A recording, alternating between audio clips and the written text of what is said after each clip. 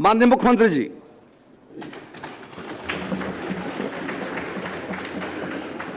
अध्यक्ष महोदय, आज इस सदन के सामने मैं सबसे पहले बिहार की महान जनता और अपने नेतृत्वकर्ता देश के यशस्वी प्रधानमंत्री आदरणीय नरेंद्र मोदी जी को, बिहार के सबसे लोकप्रिय नेता और बिहार के पूर्व मुख्यमंत्री आदरणीय नीतीश कुमार जी को, भारतीय जनता पार्टी के राष्ट्रीय अध्यक्ष आदरणीय नितिन नवीन जी को, भारत सरकार के गृह मंत्री आदरणीय अमित शाह जी को और तमाम जो हमारे एनडीए के साथी जो सभी नेता हैं, सबका मैं धन्यवाद देता हूं, जिन्होंने और यहाँ पर जो माननीय सदस्य हमारे सभी हैं, सबने मुझ में विश्वास व्यक्त किया।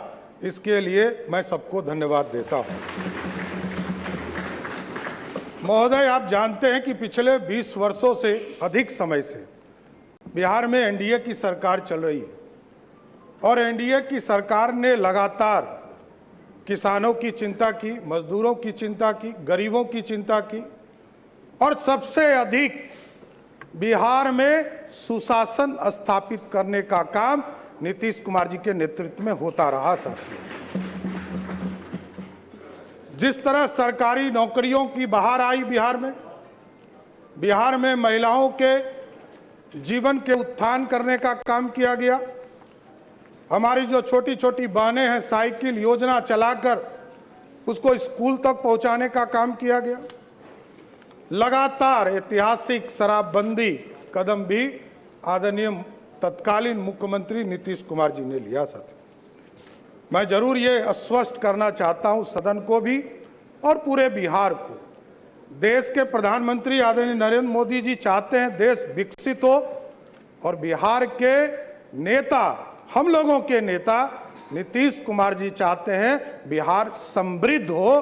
इस पर काम हमको करना है और जिस तरह नीतीश कुमार जी के नेतृत्व में CCC पर कोई समझौता नहीं किया गया, चाहे वो क्राइम हो, करप्शन हो और कम्युनिज्म हो, इन तीनों चीजों पर कभी समझौता नहीं किया गया। आगे भी किसी भी कीमत पर कोई समझौता ये सरकार नहीं करेगी। साहब, सही बात है, कुछ लोग को चिंता रहती है, कुछ लोगों को लगता है हमारा पाठशाला, यही बपौती से बाहर निकलिए, किसी की बपौती नहीं है ये सत्ता।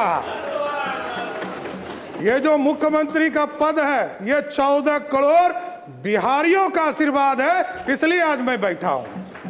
नीतीश कुमार जी का, नरेंद्र मोदी जी का, नितिन नवीन जी का, चिराग पासवान जी का, उपेंद्र कुशवाहा जी का, जीतन राम मांझी जी का, सबका आशीर्वाद है, तब तो यहां बैठा हूं।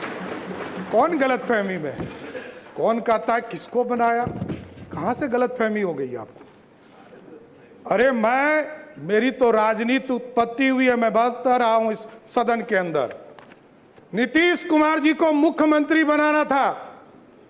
94 में समता पार्टी का निर्माण हुआ, मेरे पिताजी संस्थापक सदस्यों में से एक हुए। 1995 में सदस्य बनकर आए और लालू यादव जी ने मुझको जेल में डाला। मैं ही नहीं, मेरे 22 परिवार के सदस्यों को जबरदस्ती जेल में भेजा।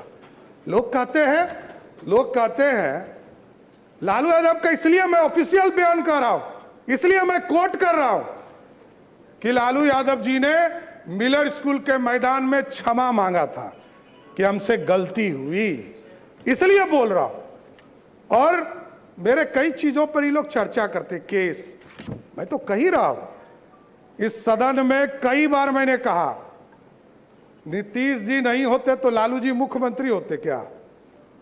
लालू जी को भी मुख्यमंत्री नीतीश कुमार जी ने बनाया, ये आपको जानकारी होना चाहिए। यहां बैठे वरिष्ठ साथी, इन लोगों से मिलिएगा, आपको पता चल जाएगा। और कोई किसी के पाठशाला से नहीं होता है। मैं तो कहा कि मेरी राजनीति में लालू यादव जी का अत्याचार नहीं होता तो मैं बिहार का मुख्यमंत्री नहीं बन पाता, नहीं तो जेल नहीं जाता, ना इस राजनीति में आता, मैं तो दूसरे रास्ते में चला जाता। इसलिए कोई गलतफहमी में मत रहिए। हमको पता है आप जो समझा रहे हैं ना, कोई किसी का पाठशाला नहीं है, ये लोकतंत्र है।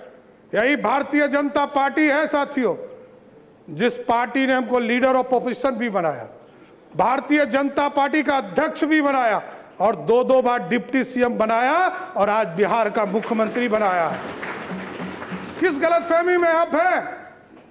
सबको, पूरी पार्टी एक है, कोई गलतफहमी में मत रहिएगा। न्यूज चलाने वाले चलाते रहेंगे, आप कंफ्यूजन में रहिएगा। हम सब एक हैं और पूरा एनडीए कुनबा एक साथ मिलकर सिर्फ और सिर्फ बिहार के विकास का काम करने का काम करेगा सर। और हम लोग को पता है, कई लोग कहते हैं, बहुत चर्चा चल रही है, मैंने देखा सोशल मीडिया, नए नए मीडिया के रूप आए हैं, मैं खुद भी नहीं समझ पाता हूं। मैं यदि माइनर होता 1995 में तो मेरे को जेल में रखता क्या, बाल सुधार गृह में रखता। 1995 में मैं जेल में रहा और ये सारे मामले कोई नया नहीं है।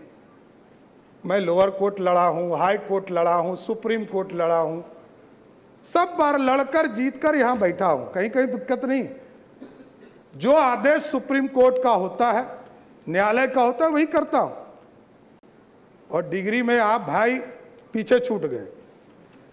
मैं तो यूजीसी हो या यूनिवर्सिटी का मान्यता हो, जब तक उसका प्रमाणित नहीं किया गया तब तक मैं एफिडेविट में अपना, और इसके लिए भी अब चर्चा होगी कि एफिडेविट हाफिडेविट आप कह रहे हैं। अरे भैया, ये बिहार के लोग अब ये बोल रहे हैं कि 3 बार आपका शब्द बदल गया। अरे भाई, मैं 6ठी बार मंत्री के दर्जे में हूं, मुख्यमंत्री हूं। 1999 में पहली बार मंत्री बना, 27 साल हो गए। जितने समय के बाद तो लोग राजनीति छोड़ देते हैं।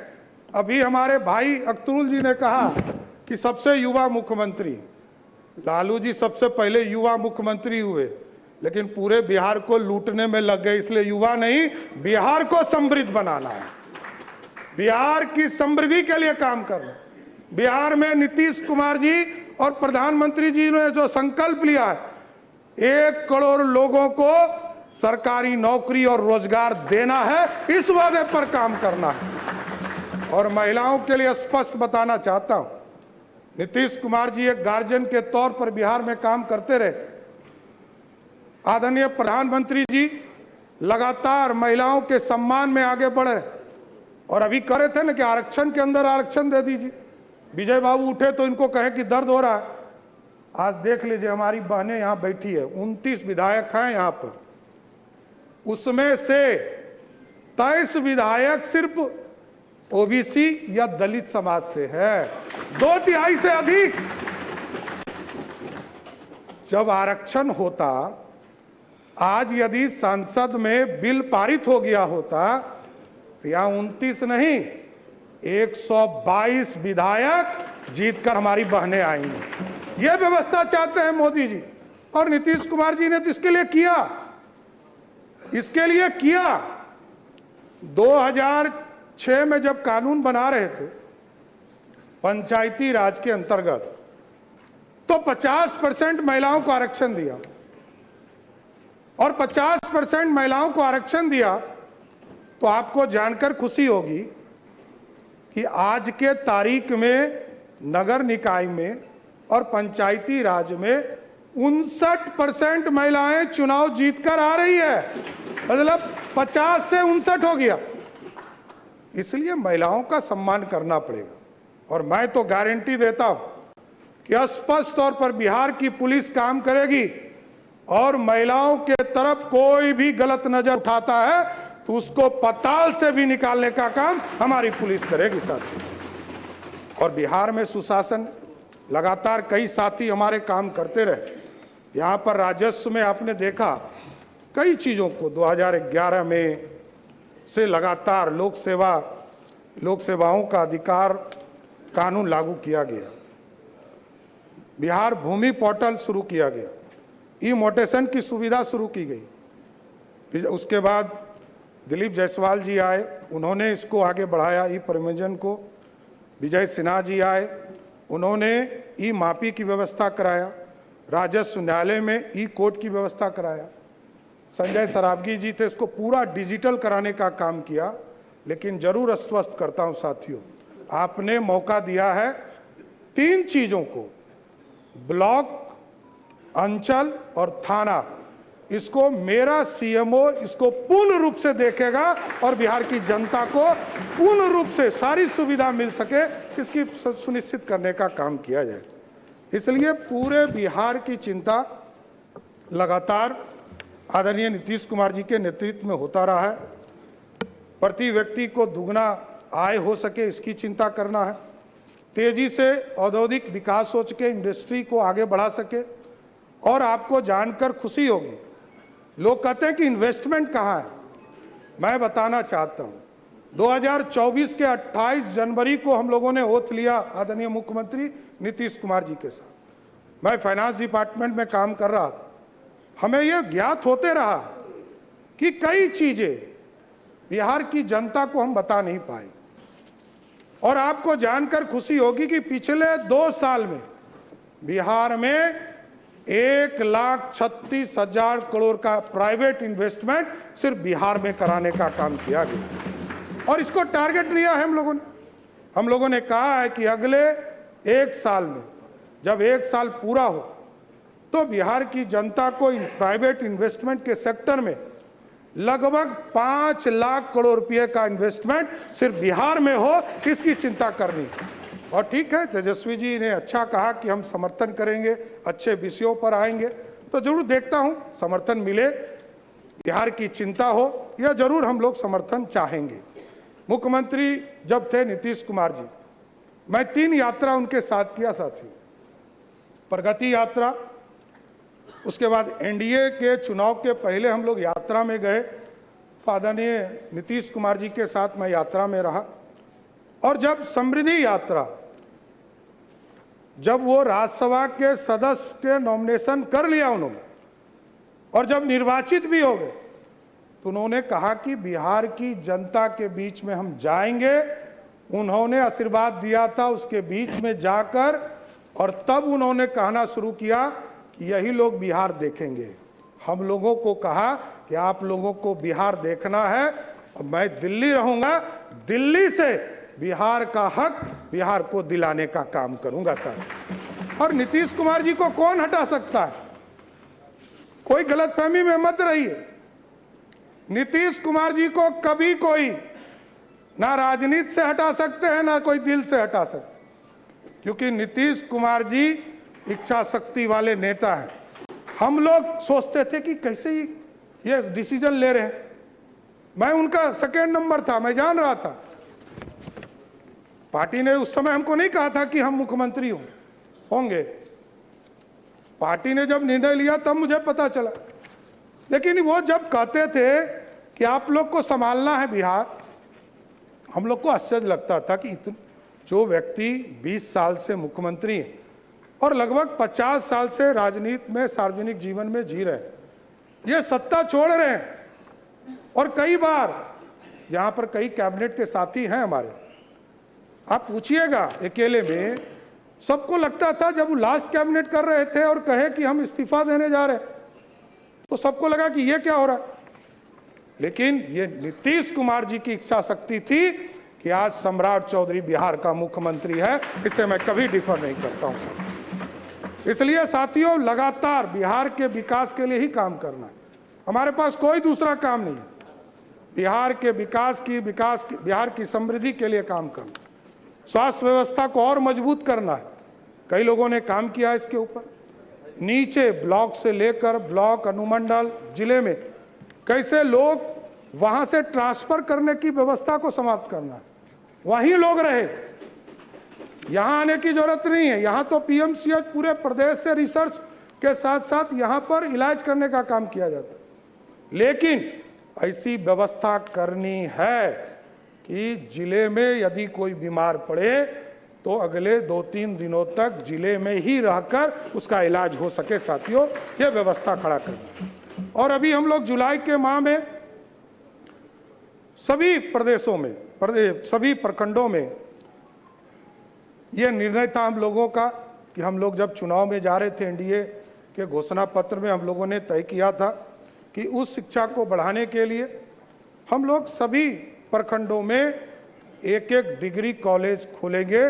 जो 208 डिग्री कॉलेज बिहार सरकार ने तय कर दिया है और 1 जुलाई के बाद किसी दिन भी उसको चालू करने का काम बिहार की सरकार करेगी। सर, किसानों के आय के लिए लगातार कृषि रोड मैप 1, 2, 3 लगातार इसकी बैठकें चलती रही। और आज मैं बताते हुए खुशी हो रहा है कि जिस बिहार में लोग पानी से डरते थे, लोग कोसी से डरते थे, अभी बीच के कालखंड में जब दिल्ली में सांसदों के लिए नया भवन बन रहा था तो मैंने एक नाम प्रस्ताव किया, कोसी। तो लोगों ने गूगल पे सर्च किया तो कहा कि ये तो अभिशाप है। हमने कहा कि अब अभिशाप नहीं है। इसलिए नहीं है कि जिस बिहार, उत्तर बिहार में बिहार के लिए कृषि योग्य जमीन 10 लाख हेक्टेयर जमीन था, आज उसी कोसी और कई नदियों को, इसके पानी को कंट्रोल करके आज लगभग 22 लाख हेक्टेयर जमीन कृषि योग्य हो गया, जो दुगना है।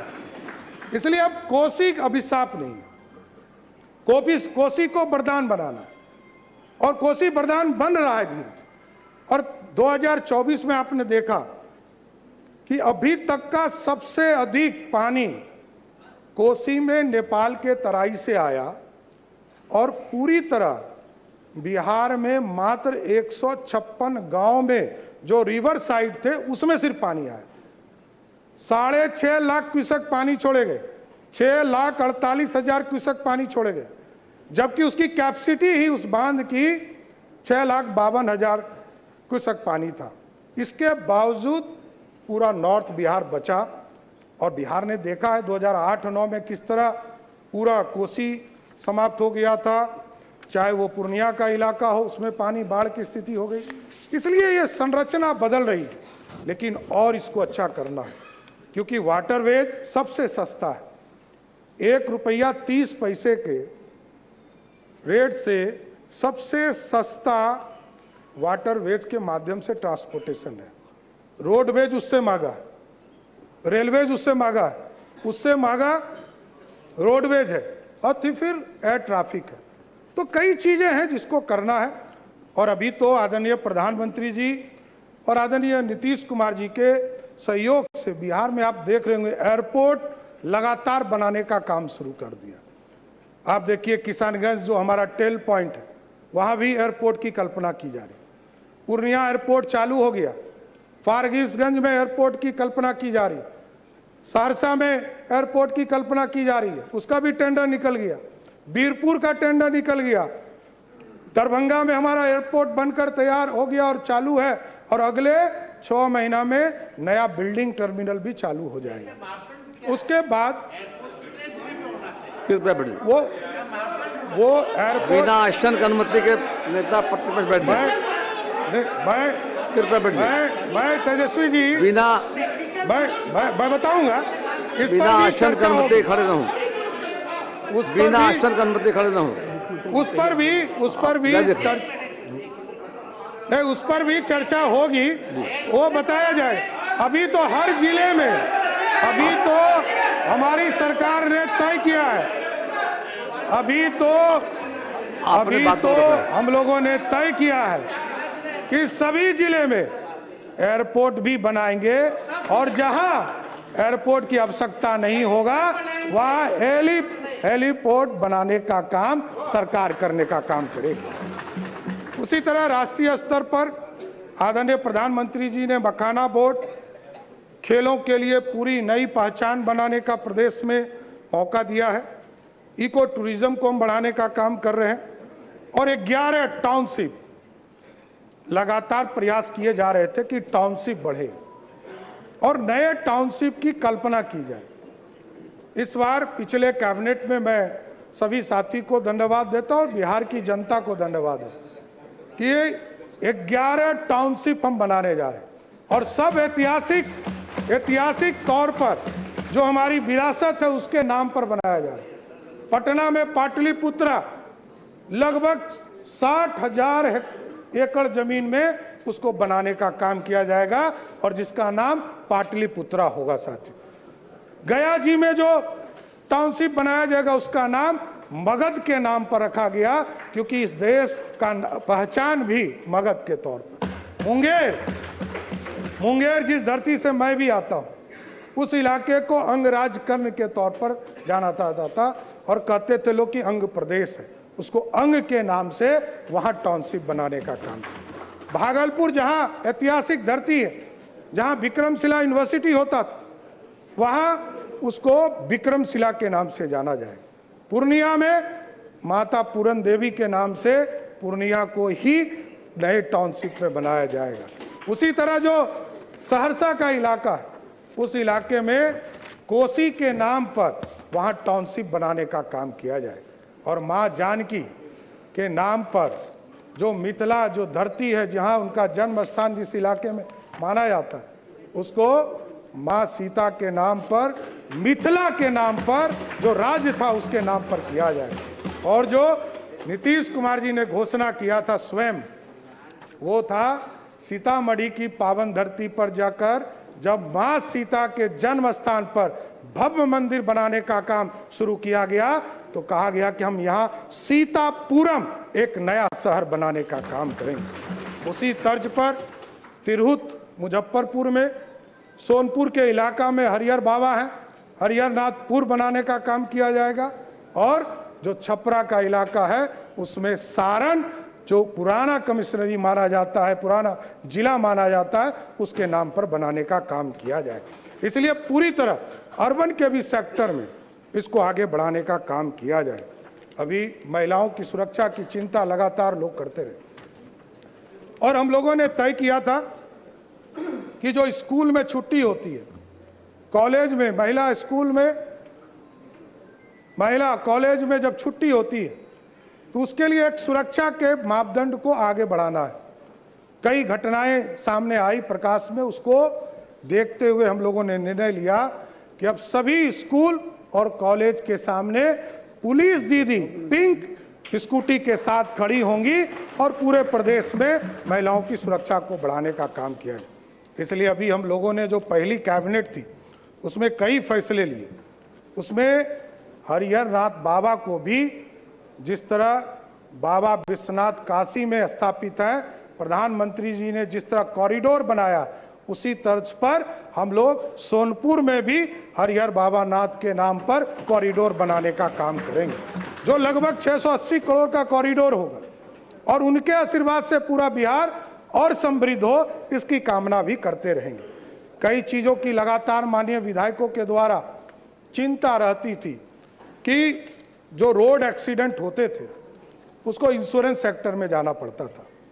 हम लोगों ने तय किया, आदरणीय वित्त मंत्री जी, आदरणीय विजय बाबू, सब लोगों ने इसको तय किया कि अब जो रोड एक्सीडेंट होंगे उसमें इंश्योरेंस का भी पैसा 4 लाख मिलेगा और सरकार भी अपने स्तर से उसको 4 लाख रुपया घटना के बाद देने का काम करेगी।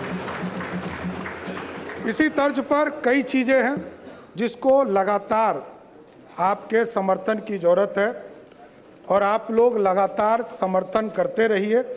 ये जरूर आश्वस्त करता हूँ कि कई सेक्टर हैं जिसमें काम करने की जरूरत और भी है। नीतीश जी भी कहते थे कि जो हमारे ब्लॉक के स्कूल हैं उसमें मॉडल स्कूल की स्थापना करना है। जिला में जो जिला स्कूल होता था उसको पूरी तरह व्यवस्थित करना है और नए जो पूरी संरचना बनेगी उसके साथ साथ जोड़ने का कि हम ऐसी व्यवस्था खड़ा करें। कई लोग आते हैं और कहते हैं कि ऑफिसर के बेटा को पढ़ने के लिए बाध्य कीजिए। मैं बात तो नहीं कर सकता, लेकिन ये व्यवस्था जरूर इस सरकार को खड़ा करना है कि ऑफिसर और मंत्री का बेटा स्वयं सरकार के स्कूल में पढ़ना शुरू कर दे। ऐसी व्यवस्था खड़ा करना है, इसको आगे बढ़ाना है। नीतीश जी ने पूरा इंफ्रास्ट्रक्चर दिया है, स्कूल में शिक्षक को पहुंचाया है और लगभग 5 लाख शिक्षकों की बहाली की और सबको मुख्य धारा में लाने का काम किया है। इसलिए हम लोग अब लगकर इसको आगे बढ़ाएंगे और पूरी व्यवस्था को खड़ा करेंगे। कई लोग चिंतित हैं कि व्यक्ति जो परिवार में अपनी बहन का सम्मान नहीं करता हो वो दूसरे को सीख दे रहा है क्या? पूरा देश जानता है, कोई हमको नहीं बताने की जरूरत, लेकिन पूरा देश और दुनिया जानता है। देखिए, जब भी, मैं बार बार कहता हूं, व्यक्तिगत हमला करिएगा तो व्यक्तिगत सुनना पड़ेगा। कभी भी व्यक्तिगत का जगह नहीं है। यह लोकतंत्र की धरती है, लोकतंत्र का मंदिर है। मैं जानता हूं, मैंने लालू प्रसाद जी के साथ भी काम किया है, मैं जानता हूं, बड़े नेता हैं, इसमें कहीं दो मत नहीं। लेकिन यदि वो सिर्फ अपने लिए नहीं जीते रहते तो ये सब लोग उनके साथ ही खड़े होते। और लालू जी सबसे पहले, ये आपको जानकारी दे देता हूं, सबसे पहले घुटना आरएसएस कार्यालय में ही जाके डाले थे, कोई दूसरे जगह नहीं। 33 विधायकों का समर्थन चाहिए था, सरकार ही नहीं बनती, हरदी ही नहीं लगता, मुख्यमंत्री ही नहीं बनते। और नीतीश कुमार जी का इसलिए मैंने कहा योगदान है कि नीतीश कुमार जी नहीं होते तो लालू जी नेता ही नहीं बनते, एमएलए एमपी तो बन जाते। विरोधी दल का नेता बनाया और मुख्यमंत्री का उम्मीदवार बना, ये पूरा बिहार जानता है। लेकिन मैं सिर्फ याद दिला रहा हूं बिहार को। इसलिए आज मैं, तमाम साथी, लगभग 13 लोगों ने अपनी बातों को रखा है, लेकिन मैं फिर से देश के यशस्वी प्रधानमंत्री नरेंद्र मोदी जी को, बिहार के लोकप्रिय नेता, हम लोगों के नेता नीतीश कुमार जी को, हमारे पार्टी के राष्ट्रीय अध्यक्ष नितिन नवीन जी को, और तमाम जो एनडीए के बड़े नेता हैं सबका, और तमाम जो हमारे एनडीए के विधायक हैं, सबने हमको नेता चुना, इसके लिए मैं सबको बधाई देता हूं। और मैं कोशिश करूंगा कि जो हमारे विपक्षी पार्टी के साथी हैं उनका भी सम्मान बिहार की जनता के बीच रखूं, और लोग काम करते रहे, काम से आपके दिल को पूरा एनडीए जीतने का काम करेगा। बहुत बहुत धन्यवाद। माननीय सदस्यगण, अब मैं मूल प्रस्ताव को रखता हूं। प्रश्न यह है कि यह सभा वर्तमान राज्य मंत्रिपरिषद में विश्वास व्यक्त करती है। जो इस प्रस्ताव के पक्ष में हाँ कहें, जो इस प्रस्ताव के पक्ष में ना कहें। मैं समझता हूं कि पक्ष में बहुमत है, पक्ष में बहुमत है, यह प्रस्ताव स्वीकृत हुआ। माननीय सदस्यगण,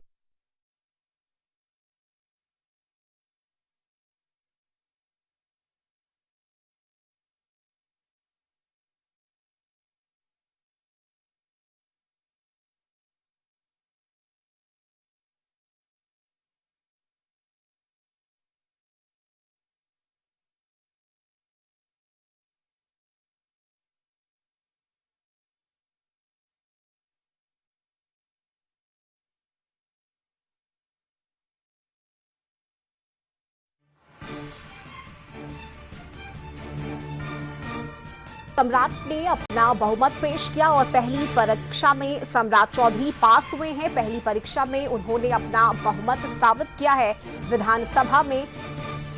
और इसके साथ ही मुख्यमंत्री ने कई बातों को सदन के पटल पर रखा। नेता प्रतिपक्ष के तौर पर तेजस्वी यादव ने भी एक बार फिर से सवाल उठाए, आरोप लगाया, जिसका जवाब मुख्यमंत्री सम्राट चौधरी की तरफ से दिया गया।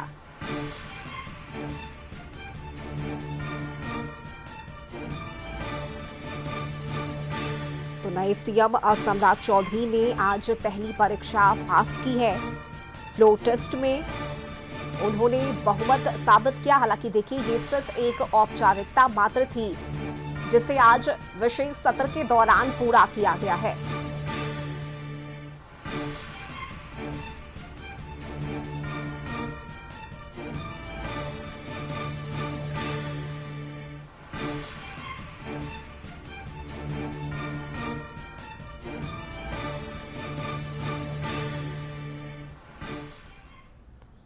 चलिए, अभी के लिए बस इतना ही। खबरों में बने रहने के लिए आप देखते रहिए कशिश न्यूज।